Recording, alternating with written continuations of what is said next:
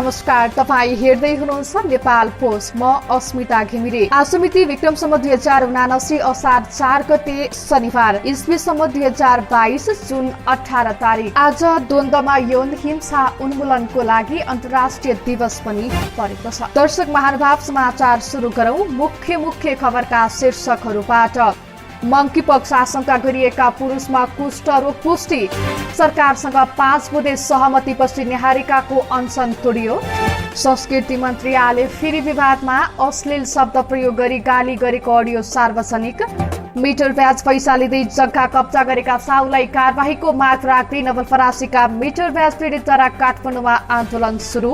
पोखरामा राष्ट्रिय साइक्लिङ प्रतियोगिता हुँदै लोकसेवामा नक्कली परीक्षार्थीको सेटिङ। पोखराका बस्ताकोटी पक्राउ।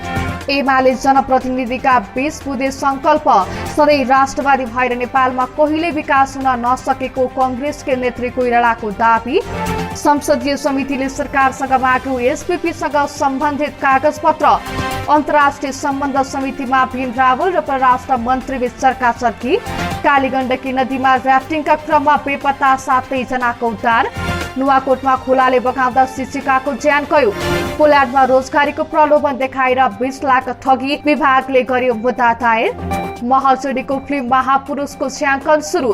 भारतमा सैनिक भर्तीका लागि ल्याइएको नयाँ योजनाको विरोध चर्किँदै। र एमसीसी महिला T20 च्याम्पियनशिपमा नेपालको विजयी सुरुवात। भुटान 50 रनले पराजित। दर्शक महानुभाव, अब समाचार विस्तारमा सुन्नुहोस्। मंकीपक्स आशंकामा काठमाडौँको टेको अस्पतालमा भर्ना भएका पुरुषमा मंकीपक्स नभएको पुष्टि भएको छ। बिहिबार शुक्रराज ट्रपिकल तथा सरुवा रोग अस्पतालमा भर्ना गरिएका ती पुरुषमा मंकीपक्स पुष्टि नभएको अस्पतालका सूचना अधिकृत नवराज गौतमले जानकारी दिनुभयो। शुक्रबार प्रयोगशाला परीक्षण टोलीले गरेको अनुसन्धानबाट मंकीपक्स नभएको पुष्टि गरिएको छ। प्रयोगशालाको विज्ञ टोलीबाट जाँचका क्रममा विभिन्न 6 ठाउँबाट जाँच गर्दा आँखा र नाकको 3वटा नमुनामा कुष्ठरोग पुष्टि भएको मन्त्रालयले जनाएको छ। दुबईबाट त्रिभुवन अन्तर्राष्ट्रिय विमानस्थल आइपुगेका पुरुषलाई विमानस्थलको हेल्थ डेस्कले मंकीपक्ससँग मिल्दोजुल्दो लक्षण देखिएको भन्दै टेको अस्पताल पुर्याएको थियो। मंकीपक्स संक्रमण भएपछि ठेउलाको जस्तो डाबर देखिन्छ। संक्रमित व्यक्तिको निकटतम सम्पर्कमा आउने अरूमा पनि यो भाइरस सर्न सक्छ। अहिले विश्वभर 1600 जना भन्दा धेरै जनामा मंकीपक्स रोगको पुष्टि भएको छ। नेपाल सहित दक्षिण एसियाका कुनै पनि देशमा अहिलेसम्म मंकीपक्स बारे पुष्टि भने भएको छैन। न्यायको माग गर्दै 17 जेठदेखि अनसनमा बसेकी महोत्तरी जलेश्वर नगरपालिका 9 की सोनाली कुमारी सिंह नेहारिका र सरकार बीच 5 बुँदे सहमति भएको छ। राष्ट्रिय महिला आयोगकी सदस्य कृष्ण पौडेल कतिवटाको पहलमा सहमति भएपछि गृहमन्त्री बालकृष्ण खाँडको हातबाट दोष खाएर नेहारिकाले अनसन तोडेकी हुन्। प्रतिवादी शिवराम श्रेष्ठ र अनसनकर्ता नेहारिकाका छोराले डीएनए परीक्षणको कानूनी प्रक्रिया अघि बढाउन पहल गर्ने, अनसनकर्ता र उहाँका छोराको सुरक्षावास व्यवस्था का लागि गृह मन्त्रालय र महिला बालबालिका तथा ज्येष्ठ नागरिक मन्त्रालय मार्फत पहल गर्ने, अनसनकर्ताको आर्थिक सहायताका लागि गृह मन्त्रालय मार्फत पहल गर्ने, राज्यका सम्पूर्ण निकायका कानून पीडित मैत्री बनाउन पहल गर्ने लगायत सहमति भएको छ। सहमतिमा गृह मन्त्रालयका सहसचिव शिवराम पोखरेल, उपसचिव वसन्त भट्टराई, अनसनकर्ता नेहारिका लगायतले हस्ताक्षर गर्नुभएको छ। मिटर ब्याज पैसा लिँदै जग्गा कब्जा गरेका साउलाई कारबाहीको माग राख्दै नवलपरासी मिटर ब्याज पीडितले काठमाडौँमा आन्दोलन सुरु गरेका छन्। नवलपरासीका जगदीश बानिया र सुनिल बानियाले स्थानीयवासीलाई मिटर ब्याजमा पैसा लिएर 2 लाख रुपियाँ ऋण दिए बापत 15 लाख रुपियाँसम्म लिएको भन्दै माइतीघरमा कारबाहीको माग राख्दै उनीहरूले आन्दोलन सुरु गरेका हुन्। जगदीशका दाजुभाइसँग विदेश जानका लागि 1.5 लाख रुपियाँ ऋण लिएर पनि 6 वर्ष विदेश बसेर कमाएको 12 लाख रुपियाँ दिँदा समेत अझै ऋण सुक्ता भएको भन्दै पैसा माग्ने गरेको मिटर ब्याज पीडित राजकुमारले बताएका छन्। उनले भएको जग्गा जमिन समेत बेचेर पैसा तिरेको र अब तिर्न नसक्ने अवस्थामा पुगेकाले न्यायका लागि काठमाडौँ आएको बताएका छन्। यस्तै अर्का मिटर ब्याज पीडित जयप्रकाश कुर्मीले छोरालाई विदेश पठाउनका लागि पैसा आवश्यक भएकाले सुनिल बानियासँग 1 लाख रुपियाँ ऋण लिएको बताएका छन्। बानियाले 1 लाख दिएर 2 लाख रुपियाँको तमसुक बनाएको बताएका छन्। बानियालाई 5 लाख 5 हजार रुपियाँ दिइसके पनि अहिले 8 लाख रुपियाँ माग गरेको गुनासो गरेका छन्। जग्गा बेचेर भए पनि पैसा दिन दबाब दिएको तर आफूसँग 4 गठा 15 धुर मात्र जग्गा रहेको कुर्मीले बताएका छन्। जगदीशका दाजुभाइसँग विदेश जानका लागि 1.5 लाख रुपियाँ ऋण लिए पनि 6 वर्ष विदेश बसेर कमाएको 12 लाख रुपियाँ दिँदा समेत अझै ऋण चुक्ता नभएको भन्दै पैसा माग्ने गरेको मिटर ब्याज पीडित राजकुमारले बताउँछन्। उनले भएको जग्गा जमिन समेत बेचेर पैसा तिरेको र अब तिर्न नसक्ने अवस्थामा पुगेकाले न्यायका लागि काठमाडौँ आएको बताएका छन्। यस्तै अर्का मिटर ब्याज पीडित जयप्रकाश कुर्मीले छोरालाई विदेश पठाउनका लागि पैसा आवश्यक भएकाले सुनिल बानियासँग 1 लाख रुपियाँ ऋण लिएको बताएका छन्। नेकपा एमालेबाट निर्वाचित पालिकाका प्रमुख र उपप्रमुखको भेलाले 20 बुँदे संकल्प प्रस्ताव पारित गरेको छ। एमालेका तर्फबाट निर्वाचित जनप्रतिनिधिहरूको बिहीबार र शुक्रबार भएको प्रशिक्षणपछि 20 बुँदे संकल्प जारी गर्दै पारित गरिएको हो। संकल्पमा हामी शासक होइन जनताका सेवक हुनेछौँदेखि सरकारी गाडी इन्धन र सरकारी स्रोतलाई मितव्ययी ढंगले र सार्वजनिक हितमा प्रयोग गर्ने सम्मका बुँदा उल्लेख गरिएको छ। यस्तै नेकपा एमालेका अध्यक्ष केपी शर्मा ओलीले अमेरिकासँग स्टेट पार्टनरशिप प्रोग्राम एसपीपी आफू नेतृत्वको सरकारले अगाडि बढाएको भनेर माओवादी केन्द्रका अध्यक्ष पुष्पकमल दाहाल प्रचण्डले हदैसम्मको झुट र बेइमानी पूरा गरेको बताउनु भएको छ। अध्यक्ष ओलीले सुशील कोइराला नेतृत्वको सरकारले शुरू गरेको दाहाल नेतृत्वको सरकारले अघि बढाएको त्यो कार्यक्रम आफू नेतृत्वको सरकारले अस्वीकार गरेको तथ्यलाई बिर्सेर दाहालले झुट र बेइमानी पूर्ण गरेको स्पष्टीकरण दिनु भएको हो। पार्टीबाट निर्वाचित पालिकाका जनप्रतिनिधिका लागि काठमाडौँमा आयोजित प्रशिक्षण कार्यक्रममा बोल्दै उहाँले 2074 साल वैशाख 24 गते दाहाल प्रधानमन्त्री भएका बेला तत्कालीन प्रधान सेनापति सेतीले त्यो कार्यक्रममा आफूलाई सहभागी गराउन पर्यो भनेर अमेरिकी सेनाको पेसिफिक कमान्डलाई पत्राचार गरेको तथ्य नबिर्सन पनि सचेत गराउनु भयो। अध्यक्ष ओलीले आफू र आफ्नो पार्टी राष्ट्र र राष्ट्रियताको सवालमा सधैँ सचेत रहेको उल्लेख गर्दै अरूले फिटाएको भ्रममा नपर्न पार्टीका नेता तथा कार्यकर्तालाई आग्रह गर्नु भएको छ। नेपाली कांग्रेसकी नेत्री एवं पूर्व उप प्रधान तथा परराष्ट्र मन्त्री सुजाता कोइरालाले सधैँ राष्ट्रवादी भएर नेपालमा पहिले विकास हुन नसकेको दावी गर्नु भएको छ। शुक्रबार अन्तर्राष्ट्रिय सम्बन्ध समितिको छलफलमा बोल्दै नेत्री कोइरालाले अरूलाई गाली गरेर र जहिले पनि राष्ट्रवादी भएर नेपालमा कहिले विकास हुन नसकेको जिकिर गर्नु भएको हो। उहाँले नेपालमा भारत र अमेरिकाको कुरा आउने बित्तिकै विवाद सुरु हुन थालेको भन्दै यो राम्रो नभएको उल्लेख गर्नुभयो। नेत्री कोइरालाले प्रधानमन्त्री गृहमन्त्री र प्रधान सेनापति समितिले एसपीपी नेपालमा स्वीकार्य हुँदैन भन्ने कुरा स्पष्ट पारिसकेको भन्दै सधैँ काम नभएको जसरी बिना टुक्का गफ गरेर बस्न नहुने उल्लेख गर्नुभयो। प्रतिनिधि सभाको अन्तर्राष्ट्रिय सम्बन्ध समितिले सरकारसँग अमेरिकी स्टेट पार्टनरशिप प्रोग्राम एसपीपी सँग सम्बन्धित कागजात पत्र माग गरेको छ। शुक्रबार परराष्ट्र मन्त्री डाक्टर नारायण खड्का, प्रधान सेनापति प्रभुराम शर्मा, रक्षा मन्त्रालयका सचिव किरण शर्मा लगायतसँग एसपीपी बारे छलफल गरेपछि समितिले सँग सम्बन्धित कागज पत्र उपलब्ध गराउन नेपाल सरकार र परराष्ट्र मन्त्रालयलाई निर्देशन गरेको समिति सभापति पवित्रा निरौला खरेलले जानकारी दिनुभयो। समितिले अमेरिका भ्रमण र एसपी सम्बन्ध विषयमा उठेका प्रश्नको जवाफ दिन प्रधानमन्त्री शेरबहादुर देउवालाई समेत आउँदो आइतबार समितिको बैठकमा बोलाएको छ। बैठकमा परराष्ट्र मन्त्री नारायण खड्काले एसपीपीको विषय सकिएकाले अब नखोतल्न आग्रह गर्नु भएको छ। प्रधानमन्त्री शेरबहादुर देउवाले नै यो सम्झौता नगर्ने, यसलाई अन्त्य गर्ने प्रक्रियामा जान्छौ भन्नुभएको भन्दै उहाँले अब यसलाई नकोट्याउन आग्रह गर्नुभयो। यस्तै प्रधान सेनापति प्रभुराम शर्माले पनि एसपीपी कार्यक्रम सेनालाई मान्ने नभएको बताउनु भएको छ। समिति बैठकमा एसपीपी बारे उठेका प्रश्नको जवाफ दिँदै प्रधान सेनापति शर्माले एसपीपी नआएको र आए पनि मान्ने नहुने बताउनु भएको हो। नेकपा एमालेका सांसद डाक्टर भेम रावलले एसपीपी स्वीकार्य हुँदैन भनेर अमेरिकालाई पत्र लेख्न सरकारसँग आग्रह गर्नु भएको छ। शुक्रबार अन्तर्राष्ट्रिय सम्बन्ध समितिको छलफलमा बोल्दै सांसद रावलले अमेरिकी दूतावासले नेपालले नचाहेमा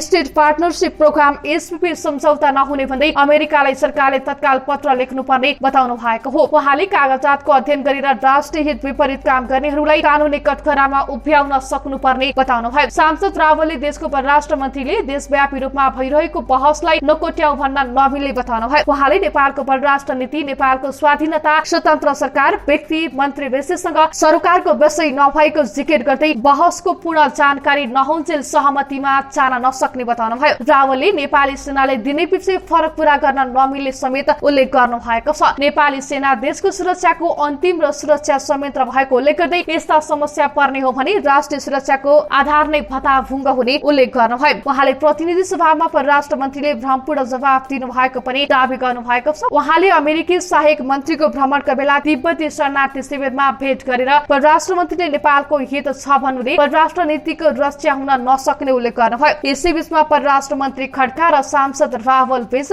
सरकार चर्के समेत भएको थियो।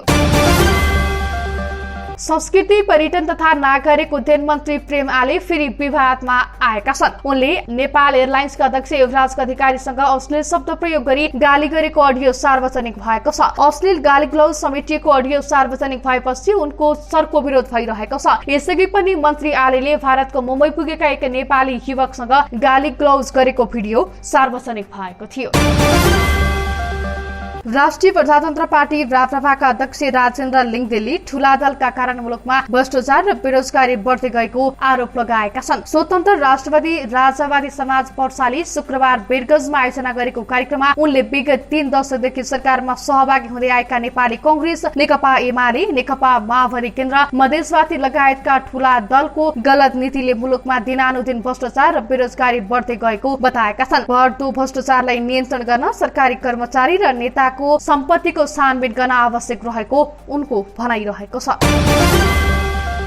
मानव बेचबिखन न्यूनीकरणका लागि त्रिभुवन अन्तर्राष्ट्रिय विमानस्थलमा जडान गरिएको डिजिटल डिस्प्ले बोर्डको उद्घाटन गरिएको छ। वैदेशिक रोजगारीका नाममा हुने मानव बेचबिखनको अपराधको न्यूनीकरणका लागि शक्ति समूह, नेपाल नागरिक उड्डयन प्राधिकरण र मानव बेचबिखन अनुसन्धान ब्युरोको संयुक्त आयोजनामा त्रिभुवन अन्तर्राष्ट्रिय विमानस्थलमा डिजिटल डिस्प्ले बोर्डको उद्घाटन गरिएको हो। कार्यक्रमको उद्घाटन प्रहरी अतिरिक्त महानिरीक्षक उत्तम राज सुवेदीले गर्नु भएको छ। शक्ति समूहकी अध्यक्ष चरीमाया तामाङले यस बोर्डले सबै वैदेशिक रोजगारीमा विदेश जाने नेपालीहरूलाई सहजता प्रदान गर्ने उल्लेख गर्नुभयो। उक्त बोर्ड त्रिभुवन अन्तर्राष्ट्रिय विमानस्थलको यात्रु प्रस्थान स्थलमा राखिएको छ। OUR को आर्थिक सहयोगबाट कार्यक्रम गरिएको हो।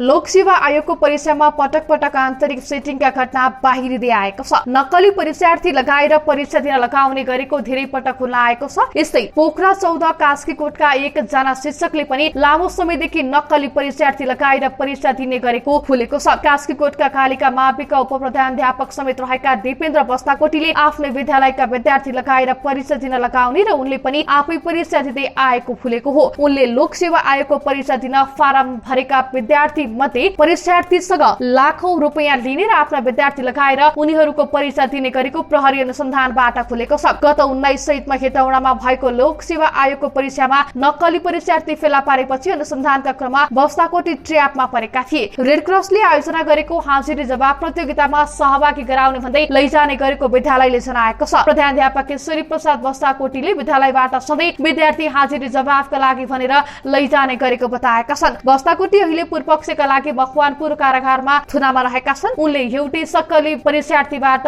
20 देखि 30 लाखसम्म लिने गरेको बताइएको छ। यसबारे प्रहरीले थप अनुसन्धान गरिरहेको छ। नुवाकोटको दोप्तेश्वर गाउँपालिका सखी राधिका आचार्यको शुक्रबार विद्यालयमा पढाउन जाँदै गर्दा लडेर ज्यान गएको छ। तादी गाउँपालिका 4 को सुन्दरा माध्यमिक विद्यालयमा पढाउन जाने क्रममा 35 वर्षीय आचार्य चढ्नु भएको स्कुटर दुर्घटना भई भिरबाट खस्दा तादी खोलाले बगाएर उहाँको ज्यान गएको जिल्ला प्रहरी कार्यालयका नायब उपरीक्षक डीएसपी रूपक खड्काले जानकारी दिनुभयो। उहाँका अनुसार तादी 4 पाङ्गे पाखा भन्ने ठाउँमा पुग्दा आचार्य चढ्नु भएको 92 प 69 25 नम्बरको स्कुटर अनियन्त्रित भएर दुर्घटना भई भिरबाट खसेको तादी खोलामा पुगेर बगाउँदा शिक्षिका आचार्यको ज्यान गएको हो। घटनास्थल भन्दा 500 मिटर तलबाट उद्धार गरे पनि उहाँलाई बचाउन नसकिएको प्रहरीले जनाएको छ। आचार्य त्यस विद्यालयमा नेमावि तहमा स्थायी शिक्षकको रूपमा कार्यरत रहनु भएको थियो। पाल्पाको रानीमहल नजिकै कालीगण्डकी नदीमा राफ्टिङका क्रममा बेपत्ता भएका 7 जनाको उद्धार भएको छ। बिहीबार बेलुका पौने 7 बजेतिर राफ्टिङ गर्ने क्रममा डुङ्गा पल्टिएर बेपत्ता भएका 7 जना भारतीय नागरिकको उद्धार भएको जिल्ला प्रहरी कार्यालय पाल्पाले जनाएको छ। रानीमहलको सुरक्षार्थ खटिएका प्रहरी र डुङ्गा चालकको सहयोगमा नदीमा बेपत्ता भएका सबैको सकुशल उद्धार गरिएको हो। उनीहरूलाई रानीमहलदेखि 1.5 किलोमिटर तलबाट उद्धार गरिएको हो। सेफ्टी ज्याकेट लगाएका कारण बेपत्ता भएका सबैको सकुशल उद्धार गरिएको प्रहरीले जनाएको छ। पाल्पा बुटुल सडक खण्डमा 3 महिनासम्म टिप्पर सञ्चालन रोक लगाइएको छ। सडक डिभिजन कार्यालय पाल्पाले सूचना निकालेर भदौ मसान्तसम्म टिप्पर सञ्चालनमा रोक लगाएको हो। सिद्धार्थ राजमार्ग अन्तर्गत पाल्पा बुटुल सडकका विभिन्न ठाउँमा कालोपत्री गर्ने काम भइरहेको छ। ठूला र भार वाहन बढी रहेका गाडी सञ्चालन हुँदा कालोपत्री सडकलाई असर पर्ने र सडक जीर्ण बन्ने भएकाले टिप्पर सञ्चालनमा रोक लगाइएको कार्यालयले जनाएको छ। पाल्पा बुटुल सडकमा पछिल्लो समय दैनिक 3500 भन्दा बढी टिप्पर सञ्चालन हुँदै आएका छन्।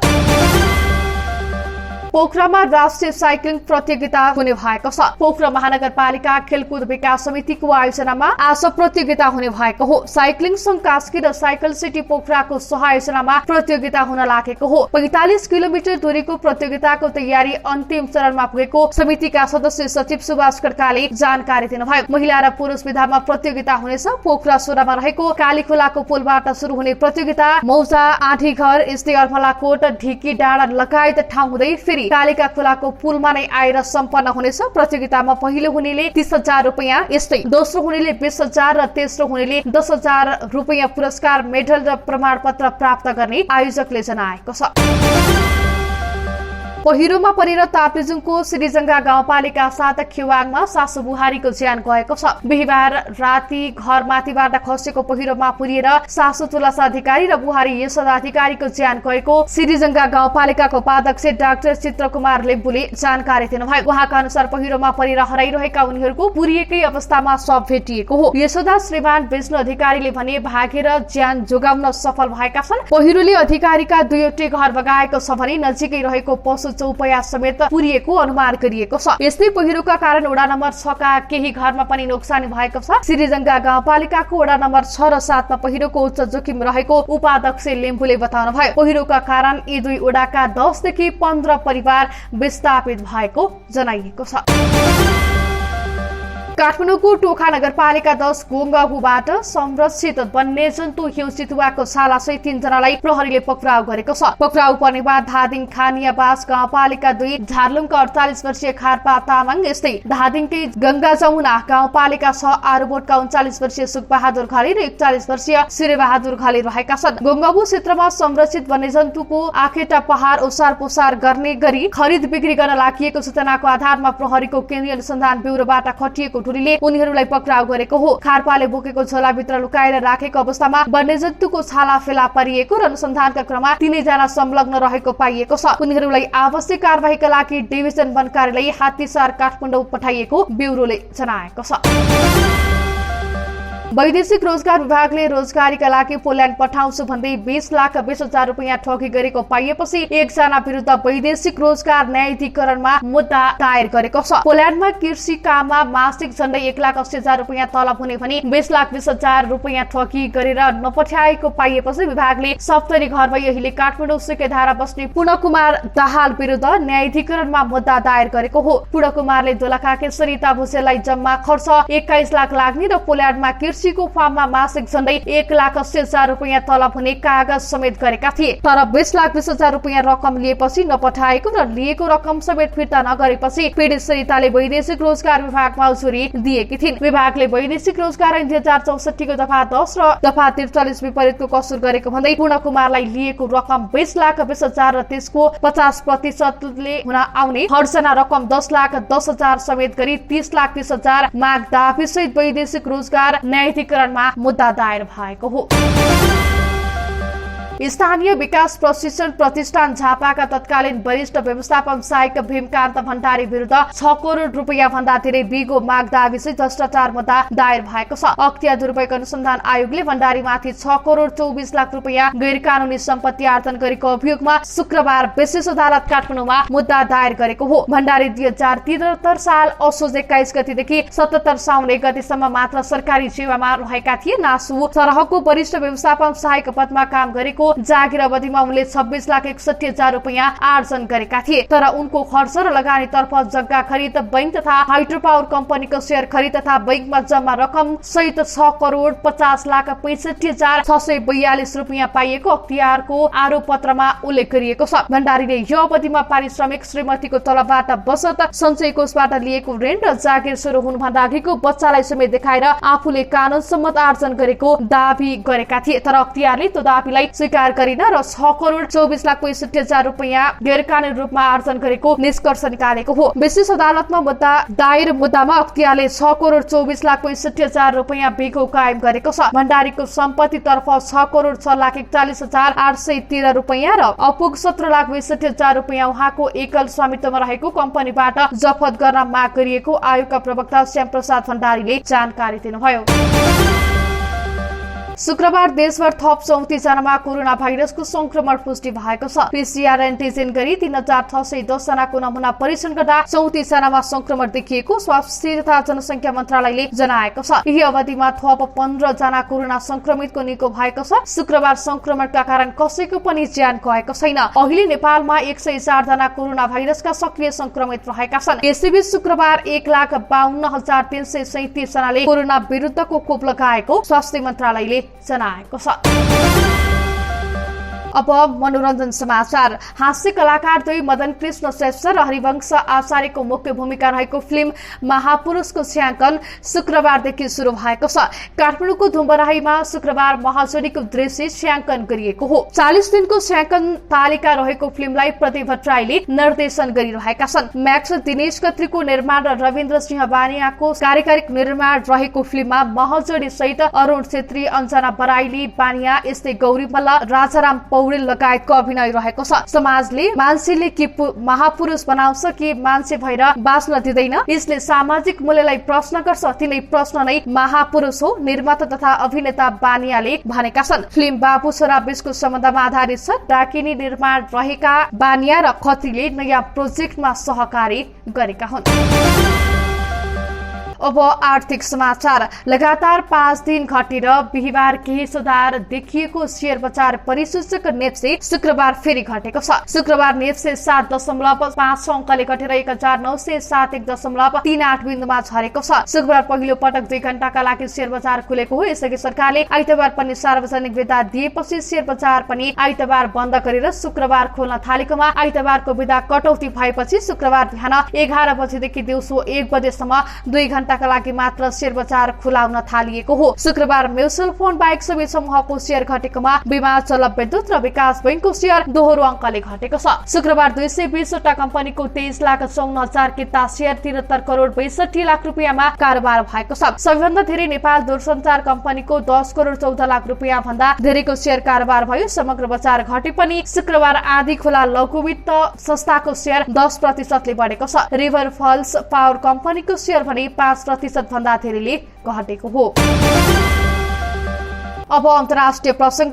भारतमा सैनिक भर्तीका लागि ल्याइएको नयाँ योजनाको विरोधमा भइरहेको प्रदर्शन हिंस्रक बन्दै गएको छ। प्रदर्शनकारीहरूले रेलमा आगजनी गरेका छन्। बिहारको समस्तीपुरमा जम्बू तावी गुवाहाटी एक्सप्रेसका 2वटा डब्बामा र लखीसरायमा अर्को रेलमा आगो लगाइदिएको बीबीसी हिन्दीले जनाएको छ। उत्तर प्रदेशको बालियामा पनि प्रदर्शनकारीले रेलवे स्टेशन भित्र छिरेर तोडफोड गरेका छन्। उत्तर प्रदेशको पूर्वाञ्चलको बलिया जिल्लामा प्रदर्शन उग्र बनेको छ। प्रदर्शनकारीले ढुङ्गामुढा समेत गरेका छन्। स्थितिलाई नियन्त्रणमा लिन प्रहरीले लाठीचार्ज समेत गरेको छ। अग्निपथ नामक सैनिक भर्ती योजनाको बिहार, उत्तर प्रदेश, राजस्थान, पञ्जाब लगायतका राज्यमा विरोध भइरहेको छ। योजना अनुसार 17.5 देखि 23 वर्ष उमेर समूहका सेनामा भर्ती लिनेछ, तर भर्ती गरिएको 4 वर्षपछि 75% जनशक्तिलाई अवकाश दिएर 25%लाई मात्र पूर्णकालीन सेनामा परिणत गर्न प्रस्ताव गरिएको छ। यो प्रस्ताव तत्काल फिर्ता लिन माग गर्दै विरोध प्रदर्शन भएको हो। सामान्य अवस्थामा 25 वर्षीय सेवावधिपछि आजीवन पेन्सन प्राप्त हुने भएकाले भारतमा सैनिक जागिर निकै आकर्षक मानिन्छ। सरकारले भने सशस्त्र जनशक्ति र त्यसबाट अवकाश पाउनेहरूको पेन्सन खर्च धान्नै नसक्ने अवस्थामा पुगेको भन्दै नयाँ योजना ल्याएको हो। र अन्त्यमा खेल समाचार। एमसीसी महिला टी20 च्याम्पियनशिपमा नेपालले विजयी सुरुवात गरेको छ। मलेसियामा भएको खेलमा नेपालले भुटानलाई 50 रनले हराएको हो। जितका लागि 50 रनको लक्ष्य पछ्याएको भुटान 17.5 ओभरमा 44 रनमा अल आउट भयो। नेपालका बलर सामु निरीह रहेका भुटानका एकजना ब्याटर बाहेक कसैले पनि दोहोरो अङ्क बनाउन सकेनन्। भुटानकी सेरिङ जाङ्गोले मात्र 16 रन बनाइन्। ओपनिङमा आएकी यसादेह सेहदनले दोस्रो ओभरमै कविता कुँवरको बोल आउट गराएपछि पछि भुटानको विकेट पतन सुरु भएको थियो। भुटानलाई सस्तैमा अल आउट गर्न नेपालकी संगीता राईले 4 विकेट लिइन्। 2.2 ओभर बोलिङ गरेकी उनले मात्र 6 रन दिएर 4 विकेट लिएकी हुन्। यस्तै सीता राणा मगर र कविता कुँवरले समान 2 तथा अश्मिना कर्मचारीले र इन्दु वर्माले समान 1 विकेट लिए। यसअघि टस जितेर पहिलो ब्याटिङ गरेको नेपालले 20 ओभरमा 94 रन बनाएको थियो। नेपालको ओपनर र पुसारका ब्याटरले गतिलो प्रदर्शन नगरे पनि मध्यक्रमका ब्याटरहरूले दोहोरो अङ्कका रन बनाउँदा नेपालले भुटानलाई सम्मानजनक लक्ष्य दिएको थियो। नेपालका लागि 5औं क्रममा आएकी काजल श्रेष्ठले सर्वाधिक 26 रन बनाइन्। 4औं क्रमकै ब्याटर इन्दु वर्माले 20 रन र 6औं क्रममा आएकी कप्तान रोबिना सेतीले 21 रन बनाइन्। भुटानका लागि सोनम पाल्दोलले सर्वाधिक 4 विकेट लिइन्। यस्तै अन्जु तामाङ र तासी चेकीले समान 1-1 विकेट लिएका हुन्। यस्तै ताजा समाचार हेर्न अनि सुन्नका लागि नेपाल पोस्ट हेर्दै गर्नुहोला। नमस्कार।